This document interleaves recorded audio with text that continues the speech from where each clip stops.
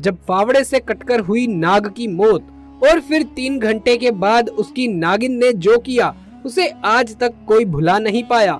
दोस्तों कहते हैं नाग नागिन का जोड़ा अगर कहीं भी दिख जाए तो उसे मारना तो दूर छूना भी नहीं चाहिए, क्योंकि कहते हैं कि नागिन अपने मरे हुए नाग की आंखों में देखकर ये पता लगा लेती है कि उसके नाग को उससे जुदा करने वाला कौन है, और जब तक नागिन अपना बदला पूरा ना कर ले वो चैन से नहीं रहती।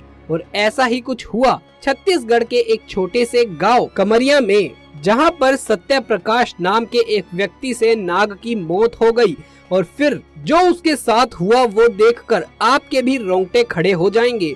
दोस्तों आगे बढ़ने से पहले आपसे एक छोटी सी रिक्वेस्ट है कि वीडियो को लाइक कर दें और कमेंट्स में हर हर महादेव जरूर लिख दें।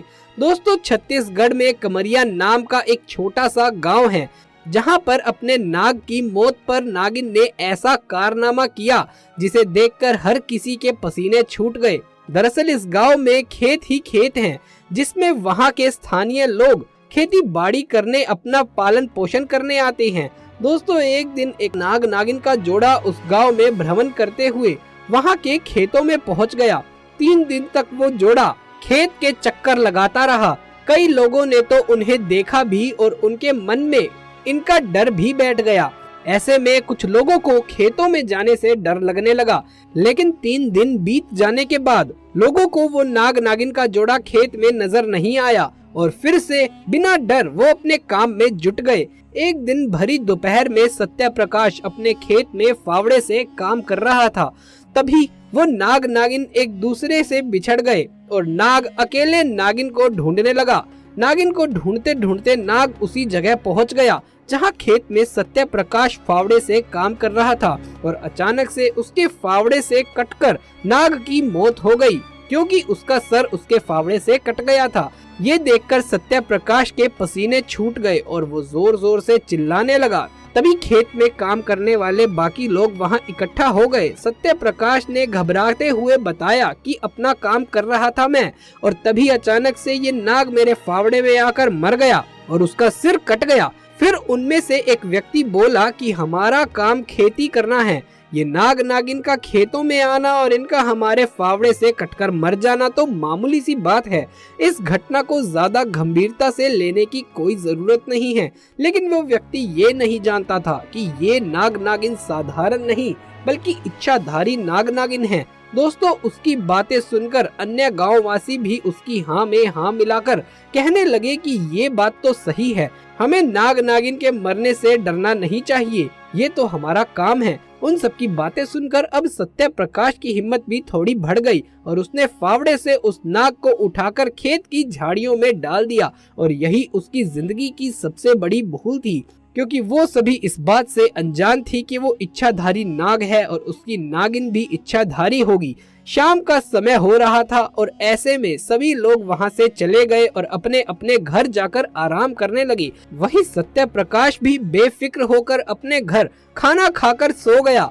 लेकिन वो नागिन शांत कहाँ रहने वाली थी, और वो अपने नाग की मौत का बदला लेने के लिए उसी दिन उसकी मौत के 3 घंटे बाद वो नागिन उसके गांव में आ गई और सत्य प्रकाश के घर को ढूंढते हुए गांव वासियों के घर में घुस गई।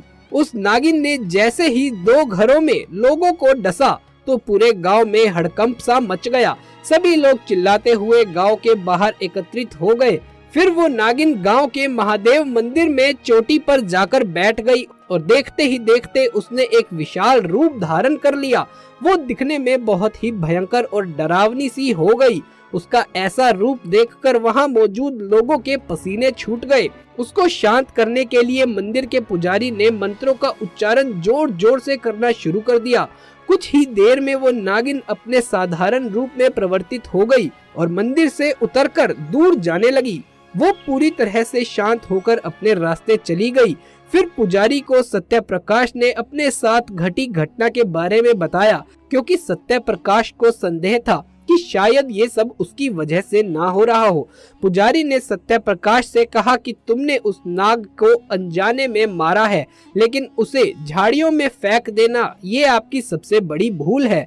अब तुम्हारी जान की दुश्मन वो नागिन बन चुकी है। पुजारी ने सत्य प्रकाश को मंत्रों का एक तावीज बनाकर दे दिया और कहा कि मैं बस तुम्हारी रक्षा कर सकता हूँ, लेकिन तुम्हारे कर्मों को मिटाया नहीं जा सकता। वो इच्छाधारी नागिन है जो आज नहीं तो कल अपने नाग की मौत का बदला जरूर लेगी, लेकिन ये तावीज उसे तुम्हारे पास पहुंचने नहीं देगा। दोस्तों, अब सत्य प्रकाश की उम्र 73 साल की है, लेकिन वो तावीज को हमेशा अपने पास रखते हैं, इसीलिए आज तक वो उस नागिन के क्रोध से सुरक्षित हैं। दोस्तों, हमें कभी भी बेवजह किसी भी जीव की हत्या नहीं करनी चाहिए, ना ही उसे कोई हानि पहुंचानी चाहिए। लेकिन अगर गलती से ऐसा कुछ हो जाए तो ऐसे में विधि विधान से उसका अंतिम संस्कार जरूर करें। सत्य प्रकाश ने नाग का अंतिम संस्कार नहीं करा और यही उसकी गलती थी। उसने उसे यूं ही झाड़ियों में फेंक दिया, बल्कि उसे उसका आदर सत्कार से अंतिम संस्कार करना चाहिए था। दोस्तों, इसी बात पर सच्ची श्रद्धा से कमेंट्स में एक बार जयकारा हो जाए। बोलो हर हर महादेव। अगर ये